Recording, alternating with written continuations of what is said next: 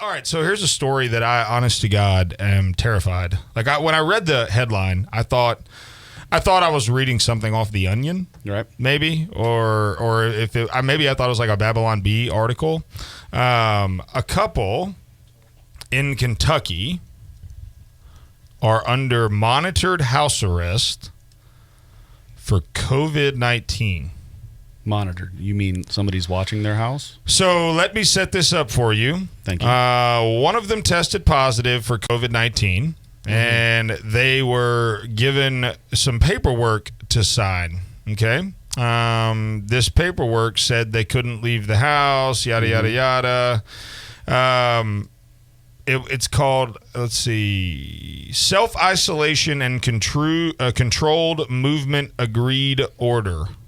Controlled movement. That's a great phrase. Whoa, right? So this is in Hardin County, Kentucky. So when she refused to sign the self-isolation and controlled movement agreed order, the sheriff's department showed up at their home. She says, quote, I open up the door and there's like 8 different people, 5 different cars. Wow. And I'm like, what the heck's going on? This guy in a suit with a mask. It's the health department guy, and he has papers for us, for me and my daughter. The authorities demanded that Elizabeth and Isaiah wear ankle monitors, and law enforcement said that they would be notified if the couple traveled more than 200 feet away from their home. Is that her daughter? Yeah, so it's her husband, and her daughter. Her daughter's got to wear an ankle bracelet. She said, we didn't rob a store, we didn't steal anything, we didn't hit and run, we didn't break any laws, we did nothing wrong. The Lincotts were not against self-quarantine, but they didn't agree with the wording of the agreement, which, as an American, in a free don't society, sign things you don't want to sign. That's right. No, I mean, that's absolutely right. And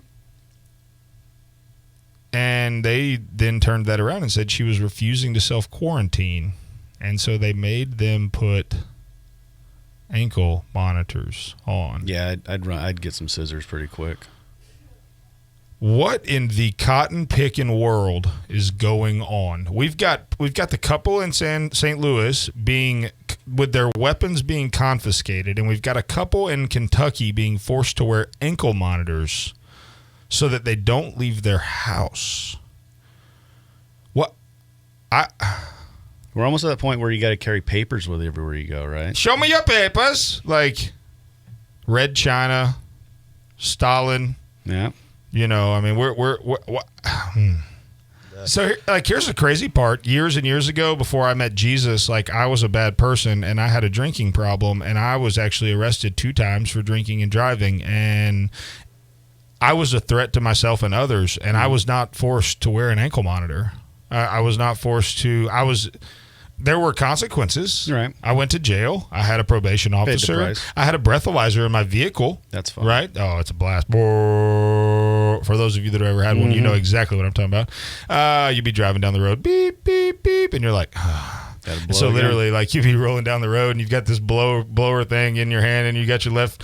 It's really hard to, like, you know, hold your girlfriend's hand or kick back and, you know, drive your car and let the music bump when you got to blow on a breathalyzer, and then people drive by and they just look at you, just wave at them. Throw a manual transmission in that. Woo. No, it'd be a terrible thing. But no, I mean, honestly, like, I was not forced to be monitored outside of I had to check in with my probation officer once a month. We're strapping electronic monitors to COVID patients so they don't leave their house. I'm almost curious how that holds up with HIPAA, because I don't even think the state government has, like, rights to your medical history, like your personal information. I think HIPAA actually protects you from that also. I'm not 100% sure. I'm sure a pandemic.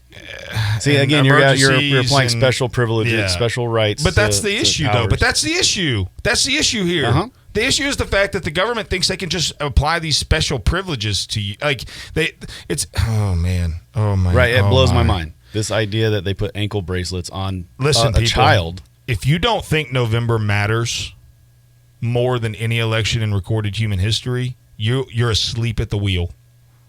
You are asleep at the wheel.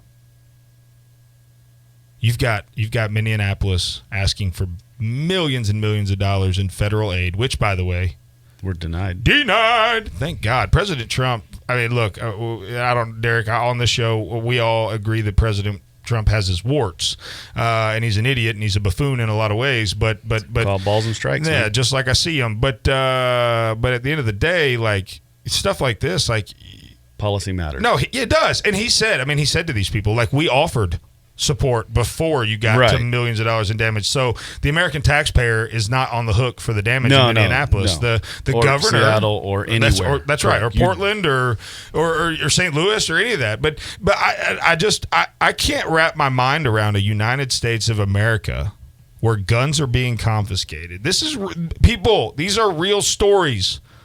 Government agencies have stormed the home of law-abiding citizens and taken their weapons. And they've put ankle monitors on the legs of COVID patients. You're listening to Hometown Heartbeat.